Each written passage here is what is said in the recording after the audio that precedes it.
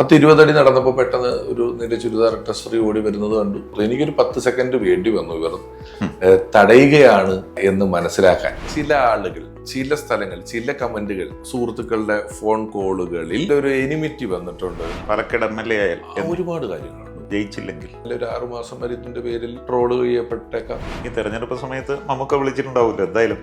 ഇടയ്ക്കൊന്ന് ഒരു ദിവസമൊക്കെ രാത്രി ഞാൻ വിളിച്ചിട്ടുണ്ട്. എന്താ പറയുക, ജയിക്കോടാന്നൊക്കെ ഇല്ല, അയാള് വേറെ വിഷയങ്ങളൊക്കെയാണ്. പ്രചാരണത്തിനിടയിൽ മനസ്സിലുടക്കിയ ഒരു ഇൻസിഡന്റ് ഒന്നിൽ കൂടുതലുണ്ടാവും. മണിക്കൂറുകൾ മാത്രം ബാക്കി പെട്ടി പൊട്ടിക്കാൻ രമേഷ് പിഷാരടി കാണുന്ന സ്വപ്നം എന്താ? ഞാൻ അത്ര കണ്ട് ഈ സ്വപ്ന ലോകങ്ങളിൽ ജീവിക്കുന്ന ഒരാളല്ല. നല്ലത് സംഭവിക്കുമെന്നുള്ളത് തന്നെയാണ് സ്വപ്നം. നല്ല വാർത്തകൾ വരും നമുക്ക്.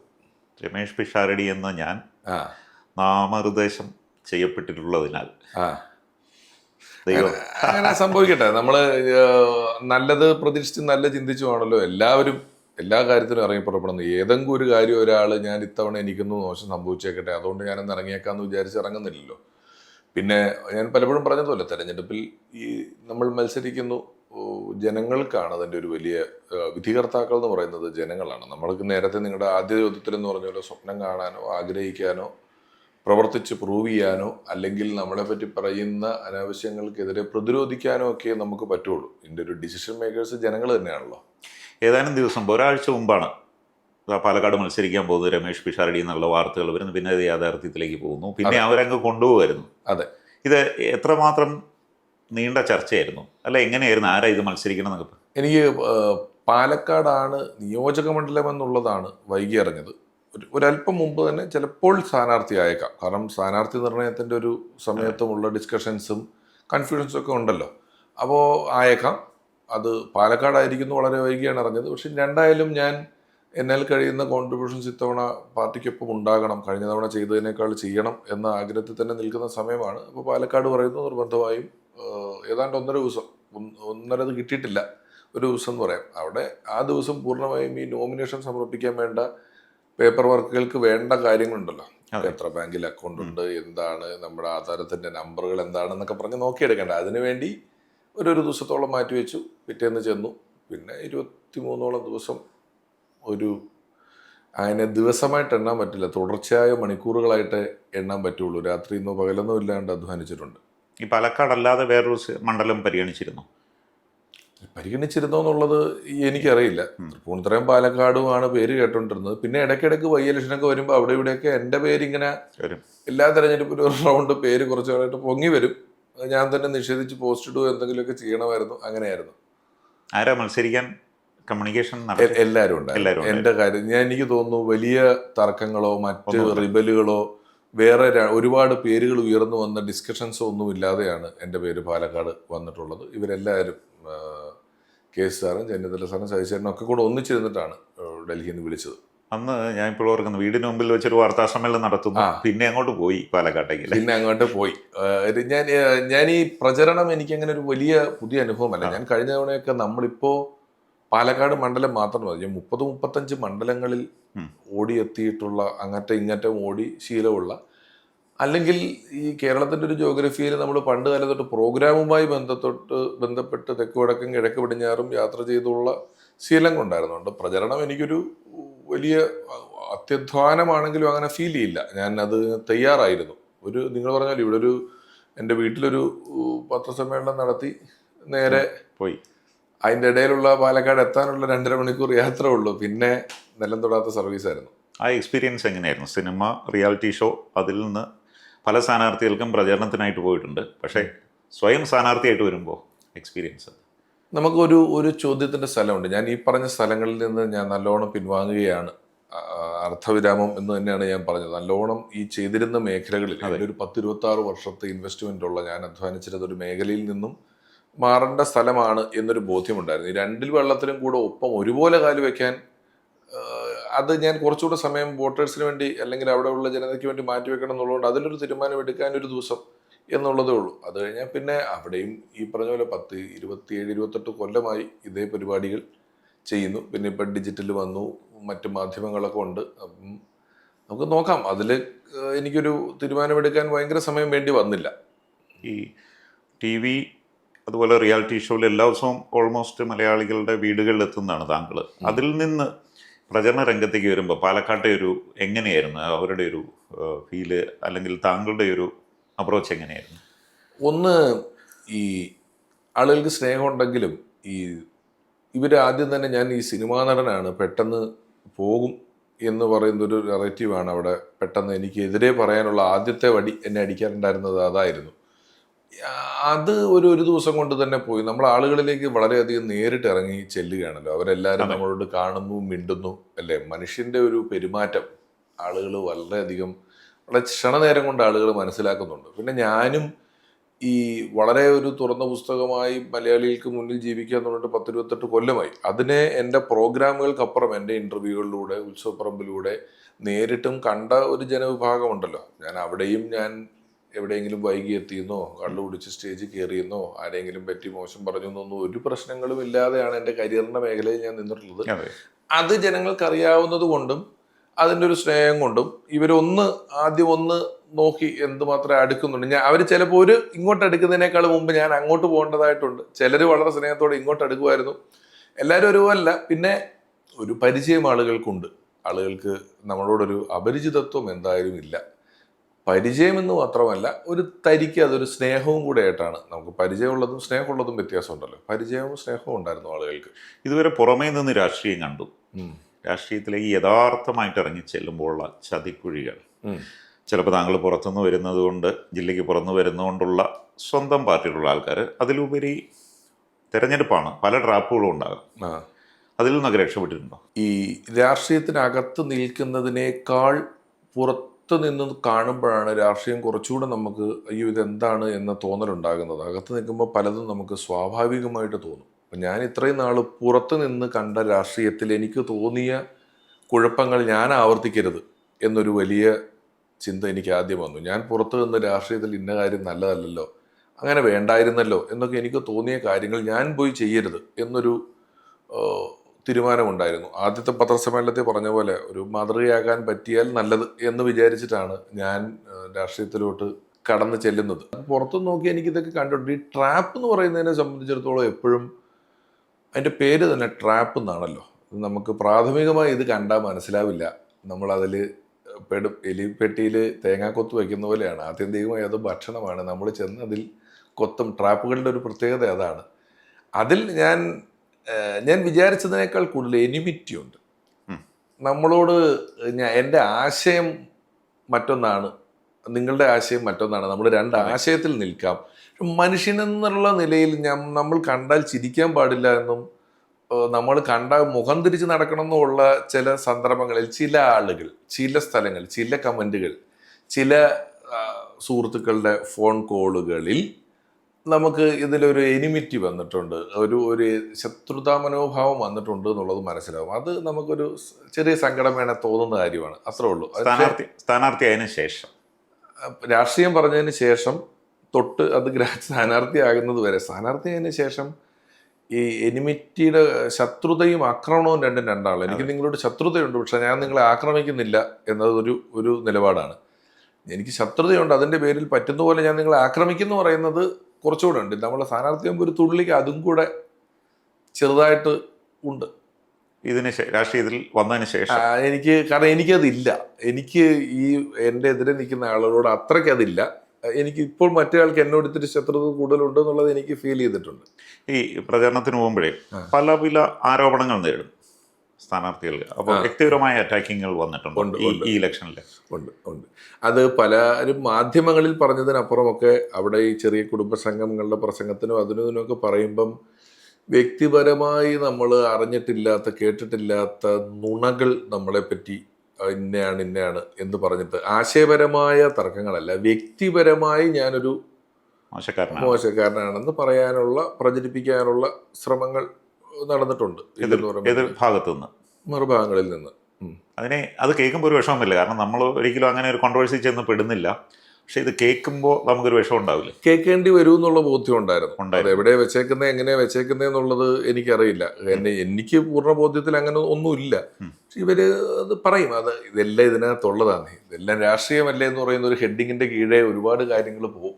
ഇതൊക്കെ വരുമ്പോൾ നമ്മൾ എന്ത് ചെയ്യും? ആരോടെങ്കിലും സംസാരിക്കും, ഇങ്ങനെയൊക്കെ വരുന്നുണ്ട്, എന്ത് ആരെങ്കിലും തുറന്ന് സംസാരിക്കില്ലേ? പ്രത്യേകിച്ച് താങ്കളൊരു പക്ക രാഷ്ട്രീയക്കാരനല്ല, സിനിമയിൽ നിന്ന് വരുമ്പോൾ ഇങ്ങനെ ആരോപണങ്ങൾ കേൾക്കുന്നു, ഇങ്ങനെ ഇല്ല, ഞാനിങ്ങനെ. ഈ പ്രചരണ സമയത്ത് അതിനുള്ളൊരു സമയമില്ല സത്യത്തിൽ.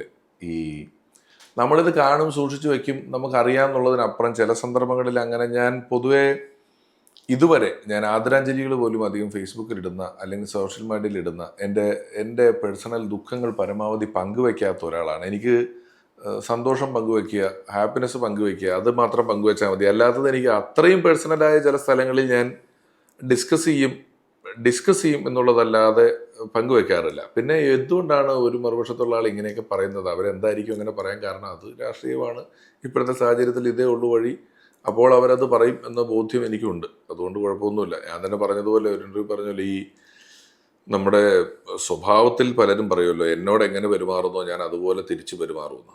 അപ്പം നമുക്കൊരു സ്വഭാവമില്ല, നമ്മളൊരു മിറർ പോലെയാണ്. നിങ്ങൾ എന്നോട് എങ്ങനെ പെരുമാറിയോ ഞാൻ അതുപോലെ തിരിച്ചു പെരുമാറുക എന്ന് പറഞ്ഞാൽ എൻ്റെ സ്വഭാവം എപ്പോഴും എനിക്കെതിരെ വന്ന് നിൽക്കുന്ന ആളുടെ സ്വഭാവം പോലെ ഇരിക്കും. ഞാൻ ശീലിച്ചത് നിങ്ങൾ എന്നോട് എങ്ങനെ പെരുമാറിയാലും എനിക്ക് എൻ്റെ സ്വഭാവത്തിലേ പെരുമാറാൻ പറ്റൂ, ഞാൻ എൻ്റെ സ്വഭാവം മെയിൻറ്റെയിൻ ചെയ്യും എന്നുള്ള രീതിയിൽ നിന്നിട്ടാണ് ചെയ്തത്. അല്ല, ഇത്തരം കാര്യം വരുമ്പോൾ ഒരു അഡ്വൈസ് ഇടുന്ന ആരോടാ? അത് പലരോടായിരിക്കും. ഞാൻ അങ്ങനെ ഇന്ന ഒരാളെ ഗോഡ് ഫാദറെ വെച്ചുകൊണ്ട് അയാളോട് അഡ്വൈസ് തേടുക എന്നുള്ളതില്ല. പിന്നെ ഈ അഡ്വൈസ് ചോദിച്ച് പരിഹരിക്കാൻ പറ്റുന്ന പ്രശ്നങ്ങളല്ല, ഇതെല്ലാം പെട്ടെന്നാണ് സംഭവിക്കുന്നത്.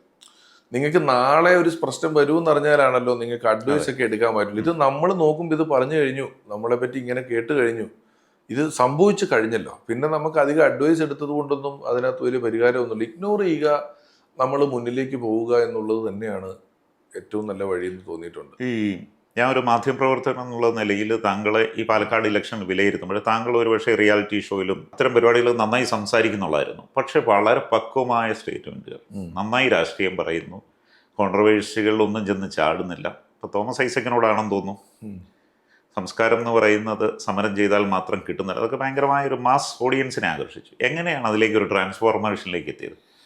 എനിക്കത് രാഷ്ട്രീയം പറയേണ്ട ആവശ്യം വന്നിട്ടില്ലാത്തത് കൊണ്ട് പറഞ്ഞിട്ടില്ല എന്നുള്ളതുള്ളൂ. അതിൻ്റെ അർത്ഥം എനിക്ക് അറിയില്ല എന്നല്ല. ഇപ്പം നിങ്ങളൊരു ചിത്രകാരനല്ല എന്ന് എനിക്ക് പറയാൻ പറ്റുമോ? ഞാൻ നിങ്ങളൊരു ക്യാൻവാസും ബ്രഷും എടുക്കുന്നതോ വരയ്ക്കുന്നതോ വരച്ച് പൂർത്തിയാക്കിയതോ ആയ ഒന്നും കണ്ടിട്ടില്ല. നിങ്ങൾ മറ്റൊരു മേഖലയിൽ തൊഴിൽ ചെയ്തുകൊണ്ടിരിക്കുകയാണ്. ചിലപ്പോൾ നിങ്ങൾക്ക് ചിത്രം വരയ്ക്കാനുള്ള ശേഷി ഉണ്ടാവും, പക്ഷെ നിങ്ങളുടെ ഉപജീവനാർത്ഥമാണ് ഈ ജോലി ചെയ്യുന്നത്. അപ്പം രാഷ്ട്രീയം ഞാൻ ഉപജീവനാർത്ഥം കണ്ടിട്ടില്ല, കാണുന്നില്ല. എനിക്ക് വേറൊരു സ്ഥലത്ത് ഞാൻ 26 വർഷം ജോലി ചെയ്തൊരു പ്രൊഫഷനുണ്ട്. രാഷ്ട്രീയം എനിക്ക് അങ്ങനെ ആയിരുന്നില്ല. അപ്പോൾ ഇത് തമ്മിലാണ് ആളുകൾക്ക് ഫ്രിക്ഷൻ ഉണ്ടാകുന്നതെന്ന് തോന്നുന്നു. കലാകാരനാണ് അല്ലെങ്കിൽ ആ സ്ഥലമാണെന്നുള്ളത് ഇതുമായിട്ട് വ്യത്യാസമുണ്ട്. അപ്പം ഞാൻ ചെന്ന് എൻ്റെ നിലപാടുകൾ അല്ലെങ്കിൽ എൻ്റെ സ്റ്റേറ്റ്മെൻറ്റുകൾ വളരെ പക്വമായി പറഞ്ഞു എന്ന് പറയുന്നത് പണ്ടേ അങ്ങനെയാണ്. ഞാൻ ഇപ്പോൾ വന്ന ഒരു പരിശീലനത്തിൻ്റെ ഭാഗമായി അങ്ങനെ ആയതല്ല. നമ്മുടെ മേഖലയിലും ഒക്കെ പലരും പലതും പറയുന്ന സന്ദർഭങ്ങളിലും പല സിനിമ നമ്മൾ സംവിധാനം ചെയ്യുന്ന സമയങ്ങളിലും എല്ലാം ഈ മര്യാദയ്ക്കുള്ള പെരുമാറ്റം ഒരു വലിയ പാടുള്ള കാര്യമല്ല ശരിക്കും. അതാണ് ഇവരാകെ ഭയങ്കരമായിട്ട് പറഞ്ഞു എന്നൊക്കെ പറയുന്നത്. ഞാൻ അത്ര ഒഫൻഡഡ് ആവുന്നില്ല. പല സ്റ്റേറ്റ്മെൻറ്റുകളും ഞാൻ പേഴ്സണലായിട്ടൊന്നും എടുക്കുന്നില്ല. ഞാൻ അങ്ങനെ വളരെയധികം എന്നെ തന്നെ പരിശീലിപ്പിച്ച് വെച്ചേക്കാണ്. ഇത് മനസ്സിലുണ്ടാകാം. എന്താ പറയുക, ഇപ്പം ഈ ഫോണിലുള്ള പോലെ നമുക്കൊരു ഡിലീറ്റ് ബട്ടണോ ഒരു ബ്ലോക്ക് ബട്ടണോ ഒന്നും മനസ്സിനില്ലല്ലോ. ഇതിൽ ഫീഡ് ചെയ്തതെല്ലാം അവിടെ ഗാലറിയിൽ എപ്പോഴെങ്കിലും ഉണ്ടാവും. നമ്മൾ ആ ആൽബം തുറക്കുന്നില്ല എന്നുള്ളതേ ഉള്ളൂ. അത് തുറന്നാൽ ചിലപ്പോൾ നമുക്ക് ഒരുപാട് ഓർമ്മകളും വേദനകളും ഒക്കെ വരും.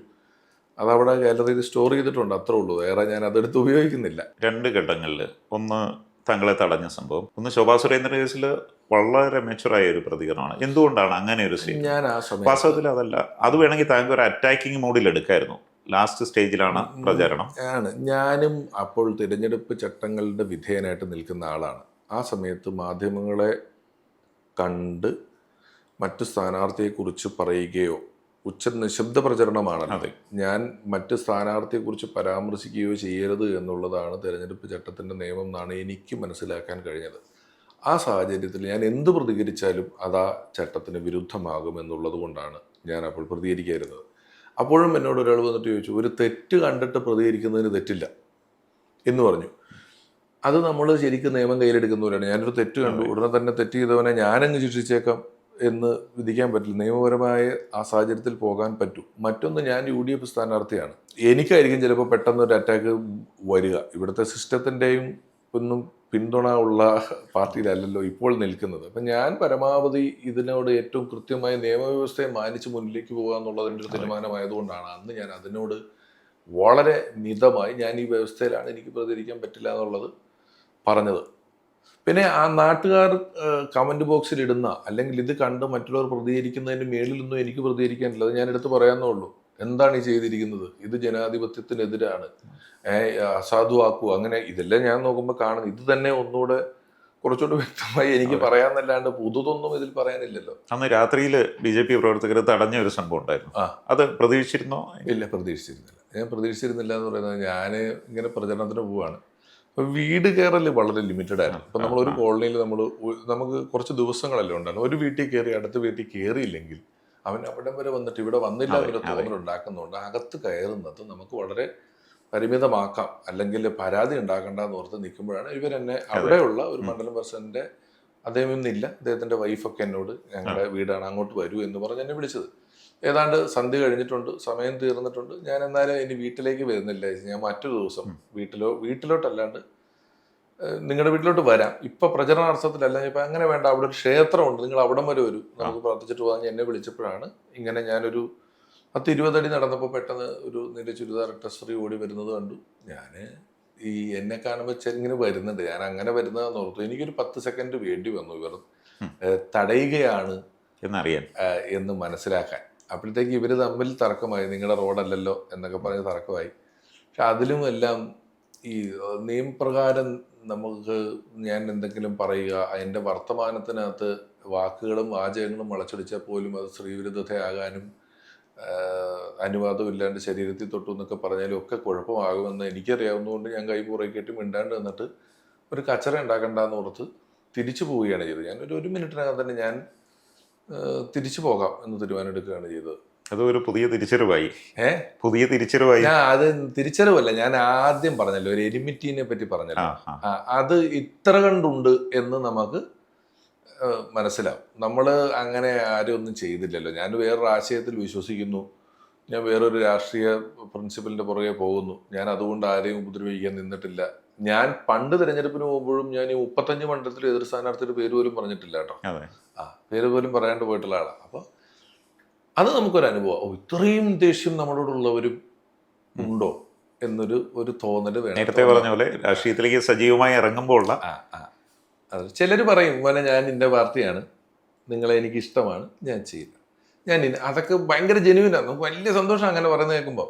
അതൊരു പ്രശ്നമല്ല. പക്ഷെ അത് എനിമിറ്റി ഇത്ര ഉണ്ടെന്ന് നമുക്ക് അതൊക്കെ കഴിയുമ്പോഴാണ് മനസ്സിലാവുന്നത്. ഇപ്പം എല്ലാ ദിവസവും താങ്കളെ TV-യിൽ വരുന്നുണ്ട് വീട്ടിൽ, അദ്ദേഹം തന്നെ നേരിട്ട് വീട്ടിലേക്ക് വരുമ്പോൾ ആ വോട്ടറുടെ ഒരു അപ്രോച്ച് എങ്ങനെയാണ്? അത് നമ്മളെ കാണുന്നതിൻ്റെ ഒരു സന്തോഷം, ആളുകൾക്ക് നമ്മളെ കണ്ട് പരിചയമുള്ളതുകൊണ്ട് കാണുന്നതിൻ്റെ സന്തോഷമൊക്കെ ഉണ്ട്. അതിനുശേഷം നമ്മുടെ മലയാളികളായിട്ടുള്ള ജനങ്ങൾ ആ കാര്യത്തിലൊക്കെ ഇതിനെയൊക്കെ സെപ്പറേറ്റ് ഫോൾഡറുകളിൽ ഇടാൻ വിദഗ്ധരാണ്. ഇപ്പോൾ വന്നിരിക്കുന്നത് സ്ഥാനാർത്ഥിയാണ്, ഇലക്ഷനാണ്, മറ്റേതെൻ്റെ തൊഴിലാണെന്നൊക്കെ ജനങ്ങൾക്ക് ബോധ്യമുണ്ട്. രാഷ്ട്രീയത്തിന് അങ്ങനെ അല്ലാതെ ആരോപണങ്ങളായിട്ടൊക്കെ പറയുമെങ്കിലും ജനങ്ങൾ ഓരോ കാര്യത്തിലും ആളുകളെ വളരെ കൃത്യമായി വളരെ കൃത്യമായിട്ട് അളന്ന് കൊറ്റിടിച്ച് വെച്ചിട്ടുള്ള പരിപാടിയായിട്ടാണ് എനിക്ക് തോന്നിയിട്ടുള്ളത്. പക്ഷേ പാലക്കാടിലെ ജനങ്ങൾ കുറച്ചുകൂടെ എക്സ്പ്രസീവാണ്, കുറച്ചുകൂടെ സ്നേഹമുള്ളവരാണ്. അതൊക്കെ നല്ലോണം ആസ്വദിച്ചു. ഈ 23 ദിവസത്തെ പ്രചരണത്തിനിടയിൽ മനസ്സിലുടക്കിയ ഒരു ഇൻസിഡൻറ്റ് അല്ലെ, ഒരു സംഭവം ഒന്നിൽ കൂടുതലുണ്ടാവും. ഞാൻ പറഞ്ഞു, എനിക്കതിനെ അങ്ങനെ 23 ദിവസമാക്കി പിടിക്കാൻ പറ്റില്ല. ഞാൻ ആളുകളുടെ ആവശ്യങ്ങളുടെ സ്വഭാവം എന്താണ്, ആളുകൾ, നമ്മളൊരു പൊതുപ്രവർത്തനമാണെങ്കിലും ഒരുപാട് ആളുകൾ പൊതുവായ ആവശ്യങ്ങളെക്കാൾ ചിലപ്പോൾ വ്യക്തിപരമായ ആവശ്യങ്ങളാണ് പറയുന്നത്. ചില സ്ഥലങ്ങളിൽ അവരുടെ പൊതുജീവിതത്തിൻ്റെ ആവശ്യങ്ങളാണ് പറയുന്നത്. അങ്ങനെ നമുക്ക് ഈ ആളുകളുടെ വ്യത്യസ്തങ്ങളായ ആവശ്യങ്ങളുടെ ഒരു വിഷ് ലിസ്റ്റ് എന്ന് പറയുന്നത് നമ്മൾ കേൾക്കുന്നുണ്ട്. പറ്റുന്നതെല്ലാം ചെയ്യണമെന്ന തോന്നൽ നമുക്ക് അപ്പോൾ അതുമായി ബന്ധപ്പെട്ട് ഉണ്ടാകുന്നുണ്ട്. നമുക്ക് നമ്മൾ MLA എന്ന് പറയുന്ന ജോലി നമ്മൾ വിചാരിക്കുന്നതിനേക്കാൾ ഉത്തരവാദിത്വമുള്ള ഞാൻ വെറുതെ ഇങ്ങനൊരു കണക്ക് കൂട്ടി. 5 കൊല്ലം എന്ന് പറഞ്ഞാൽ ഏകദേശം 1825 ദിവസങ്ങളാണ്. ഓ, കണക്ക് വെറുതെ ഒരു നേരം പോക്കിന് കണക്കൂട്ട്. 1825 ദിവസങ്ങളും 1,80,000 വോട്ടേഴ്സും ഉണ്ട് അവിടെ.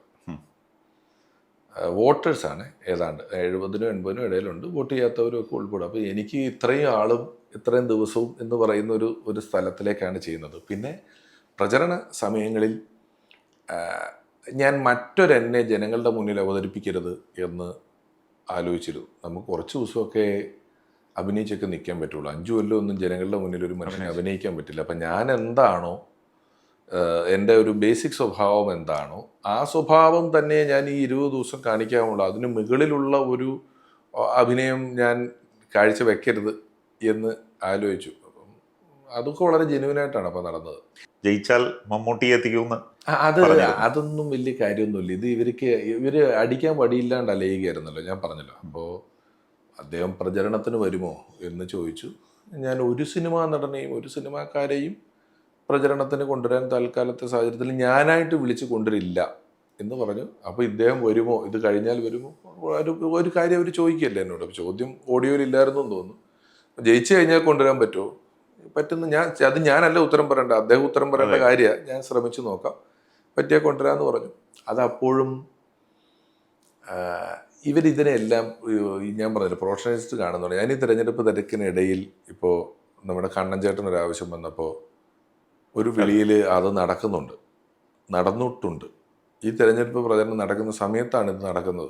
രാത്രി ഒരു ദിവസം ഫോൺ കാണുന്നു, വിളിക്കുന്നു, ഓപ്പറേറ്റ് ചെയ്യുന്നു. അപ്പോൾ നല്ല കാര്യങ്ങൾ ചെയ്യാനാകുന്ന, നല്ലത് ചെയ്യുന്ന ആളുകളുടെ കാര്യങ്ങൾ നമ്മളെ പരാമർശിക്കുകയോ വരികയോ ഒന്നും ചെയ്യുന്നതിനകത്ത് വലിയ തെറ്റൊന്നുമില്ല. പിന്നെ ഞാൻ പറഞ്ഞില്ല, അതൊരു ഉപാധികളാക്കിക്കൊണ്ടേയിരിക്കും.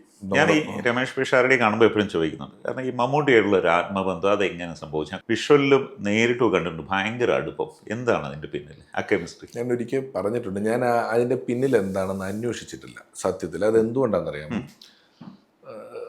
നിങ്ങൾക്കൊരു നിങ്ങൾ ഇന്ന ക്വാളിറ്റി ഉള്ള ആളാണെന്ന് നിരന്തരം നിങ്ങളോട് ആളുകൾ പറഞ്ഞാൽ നിങ്ങളുടെ കയ്യിൽ ഈ സാധനം ഉണ്ടെന്ന് ഉള്ള ബോധ്യത്തോടു കൂടി നിങ്ങൾ അതിലുള്ള പലതും പിന്നെ കൃത്രിമമായിട്ട് ചെയ്തു തുടങ്ങും. ഒരുപക്ഷെ ആ സ്നേഹം നിലനിൽക്കാനോ ആ സ്നേഹം കൂടുതലായിട്ട് കിട്ടാനോ ഒക്കെ വേണ്ടി ഞാൻ ചിലപ്പോൾ പലതും അഭിനയിച്ചു തുടങ്ങേണ്ടി വരും, അല്ലെങ്കിൽ അറിയാണ്ട് ചെയ്തു പോകും. അതുകൊണ്ട് തന്നെ ഞാൻ അതിൻ്റെ കാരണം എന്താണ്, ഇതിനൊരു റീസൺ അന്വേഷിക്കുക എന്ന് പറഞ്ഞാൽ എനിക്ക് പോയില്ല. കാരണം അത് റീസൺ അന്വേഷിക്കാൻ മാത്രമുള്ള കുഴപ്പമുള്ളൊരു കാര്യമല്ല. എനിക്കൊരു ലോട്ടറി അടിച്ചാൽ ഞാൻ എന്തുകൊണ്ട് എനിക്ക് ലോട്ടറി അടിച്ചു എന്ന് ആലോചിച്ച് സമയം കഴിയേണ്ട ആവശ്യം ഇല്ല, നല്ല കാര്യം സംഭവിക്കണം. അപ്പം അങ്ങനെ എനിക്ക് 2018 വെള്ളപ്പൊക്കത്തിൻ്റെ സമയത്ത് അദ്ദേഹം ഒരു 3-4 ക്യാമ്പുകളിൽ പോകാൻ തീരുമാനിച്ചു. ഓണം അദ്ദേഹം ക്യാമ്പിലാണ് ചോറുണ്ടത്. അപ്പം ഞാൻ എൻ്റെ സിനിമയുടെ കഥ പറയുന്നതിൻ്റെ ഭാഗമായി 2-3 പ്രാവശ്യം അദ്ദേഹത്തിനെ കാണാനൊക്കെ പോയിട്ടുണ്ട്. അപ്പോൾ അദ്ദേഹം പെട്ടെന്ന് ജോർജ് ഏട്ടൻ വഴി എന്നെ വിളിച്ചിട്ട് പറഞ്ഞു, ഞാനിങ്ങനെ ക്യാമ്പുകളിൽ പോകുന്നുണ്ട്, ഈ ആ ക്യാമ്പിലുള്ള ആളുകൾക്ക് എന്നെ കാണാം, എനിക്ക് അവരോട് 2 ആശ്വാസവാക്കുകൾ പറയാം. എല്ലാം നഷ്ടപ്പെട്ടിരിക്കുന്നവരാണ്. എന്തെങ്കിലും ഒരു തമാശ ഞാനും അവരും തമ്മിൽ മിണ്ടുന്നതിനിടയിൽ അവരുടെ മുഖത്തൊരു ചിരി കൊടുക്കാൻ പറ്റിയാൽ അത് നല്ലതായിരിക്കും. താനുണ്ടെങ്കിൽ അതിൻ്റെ ഇടയിലൊരു ആളായിട്ട് നിൽക്കാൻ പറ്റും, വരാമോ എന്ന് വെച്ചാൽ അങ്ങനെ ഒരു 4 ദിവസം 3ഓളം ക്യാമ്പുകളിൽ പറവൂര്, ചെങ്ങന്നൂരൊക്കെ ഞങ്ങൾ ആ യാത്രയിലാണ് കൂടുതൽ അടുക്കുന്നത്. അതിന് ശേഷമാണ് സിനിമ ചെയ്യുന്നതും എല്ലാം. അതെ, 2 മനുഷ്യർ അങ്ങ് കണ്ടാൽ ചോദ്യമില്ലാത്തൊരു കാര്യമാണത്. ഞാൻ എപ്പോഴും പറയുന്ന പോലെ എൻ്റെയും അദ്ദേഹത്തിൻ്റെയും പ്രൊഫൈല് മാച്ചല്ല. ആളുകൾക്ക് സൗഹൃദം എന്ന് പറയുന്നതെല്ലാം നിങ്ങളെക്കൊണ്ട് എനിക്ക് ഗുണവും എന്നെക്കൊണ്ട് നിങ്ങൾക്ക് ഗുണവുമുള്ള സ്ഥലങ്ങളിൽ നമ്മൾ ഒന്നിച്ച് നിൽക്കുന്നത് കണ്ട് സൗഹൃദം എന്ന ആളുകൾ പല ബന്ധങ്ങളെയും തെറ്റിദ്ധരിക്കുന്നതാണ്. ഇതിപ്പോൾ മൂന്നാമൻ ഇതിലൊരു ഗുണം കാണാനില്ല. ഇനി മൂന്നാമൻ എന്നെ സംബന്ധിച്ച് അവന് സിനിമയിൽ പിടിച്ചിരിക്കാൻ, സിനിമയിൽ അഭിനയിക്കാൻ ചാൻസ് കിട്ടാൻ എന്നൊക്കെ പറയാമെങ്കിൽ അദ്ദേഹത്തിന് എന്താ ഗുണം എന്ന് ചിന്തിച്ചാൽ ആർക്കും ഒരു ഉത്തരവും ഇല്ലാത്തത് കൊണ്ടാണ് ഈ ചോദ്യം ഉണ്ടാകുന്നത്. അതിലൊരു ചോദ്യത്തിനുള്ള സ്കോപ്പ് ഇല്ലാത്ത ഒരു 2 മനുഷ്യരായിട്ട് കണ്ടാൽ തീരുന്ന കാര്യമുള്ളൂ എന്ന് എനിക്ക് തോന്നുന്നു. ഈ തെരഞ്ഞെടുപ്പ് സമയത്ത് നമുക്ക് വിളിച്ചിട്ടുണ്ടാവില്ല എന്തായാലും. ഞാൻ ഇടയ്ക്കൊന്ന് ഒരു ദിവസമൊക്കെ രാത്രി 1-2 ദിവസം എനിക്ക് ഫോൺ ചെയ്യാൻ പോകുന്ന സമയം സത്യത്തിൽ കുറവായിരുന്നു. ഞാൻ വിളിച്ചിട്ടുണ്ട്. എന്താ പറയുക, ജയിക്കോടാന്നൊക്കെ ഇല്ല, അയാൾ വേറെ വിഷയങ്ങളൊക്കെയാണ് സംസാരിക്കുന്നതും കാര്യങ്ങളും അതും ഇതുമല്ല.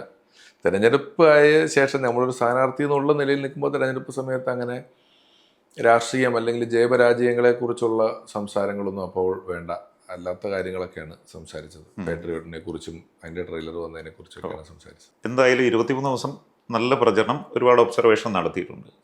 രമേഷ് പിഷാരടി എത്ര വോട്ടിന് ജയിക്കുമെന്നാണ് കരുതുന്നത്? അത് ഞാൻ നേരത്തെ പറഞ്ഞ പോലെ എനിക്ക് ജയിക്കുക, ഞാൻ അധ്വാനിച്ചത് കൊണ്ടും പാലക്കാട് ജനങ്ങൾക്ക് എന്തെങ്കിലും ചെയ്യണമെന്ന് ആഗ്രഹിച്ചിറങ്ങി പുറപ്പെട്ടിരിക്കുന്നത് കൊണ്ടും ജയിക്കുക എന്നുള്ളതാണ് ഇത്. ജയിച്ചത് നമ്മളൊരു 10 വോട്ടിനാണെങ്കിലും 10,000 വോട്ടിനാണെങ്കിലും ഇതിനപ്പുറം നമ്മൾ ഒരേ MLA-മാരാണ് നിലവിൽ ഒരേ സ്ഥാനമുള്ള, ഒരേപോലെ ഓരോ മണ്ഡലങ്ങളെ പ്രതിനിധീകരിക്കുന്ന MLA-മാരാണ്. അപ്പോൾ ജയത്തിൻ്റെ ഒരു ആളെണ്ണം കൂടുന്നത് അത്രയും സന്തോഷം.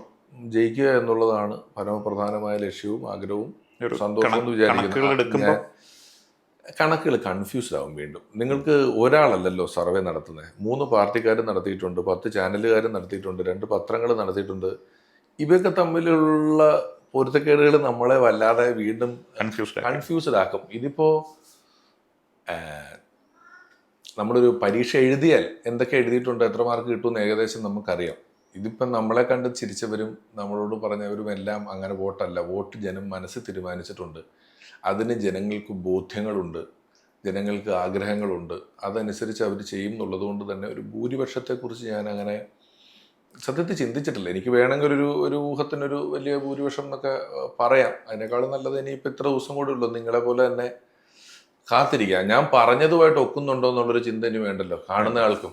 ഇവൻ ഇത്രയും പറഞ്ഞു, ഇത്രയും കിട്ടിയുള്ളൂ, അല്ലെ ഇത്രയും പറഞ്ഞു അത്രയും കിട്ടി എന്ന് പറഞ്ഞൊരു ജഡ്ജ്മെന്റൽ മിസ്റ്റേക്ക് എൻ്റെ ഭാഗത്തുനിന്നും വേണ്ട. എനിക്കറിയില്ല, കിട്ടുന്ന പോലെ ആവട്ടെ. ജയിച്ചാൽ എന്ത് ചെയ്യും? പാലക്കാട് MLA ആയാൽ ഒരുപാട് കാര്യങ്ങളുണ്ട്, ഒരുപാട് കാര്യങ്ങൾ. ഞാനിത് അവിടെ പലതവണ പലതരത്തിൽ പറഞ്ഞിട്ടുള്ള കാര്യങ്ങളിൽ ഒരുപാട് കാര്യങ്ങൾ, സർക്കാർ തലത്തിലുള്ള കാര്യങ്ങൾ, എനിക്ക് 10-26 വർഷം കൊണ്ട് ഞാനുണ്ടാക്കിയ സൗഹൃദങ്ങൾ, ലോകമെമ്പാടുമുള്ള രാജ്യങ്ങളിലെ ആളുകളുമായി ഞാനുണ്ടാക്കിയിട്ടുള്ള സൗഹൃദങ്ങൾ എങ്ങനെ അവിടെ ഗുണപരമായിട്ട് ഉപയോഗിക്കും, എൻ്റെ പ്രൊഫഷൻ എങ്ങനെ അതിലേക്ക് ഗുണപരമായിട്ട് ഉപയോഗിക്കാൻ പറ്റും.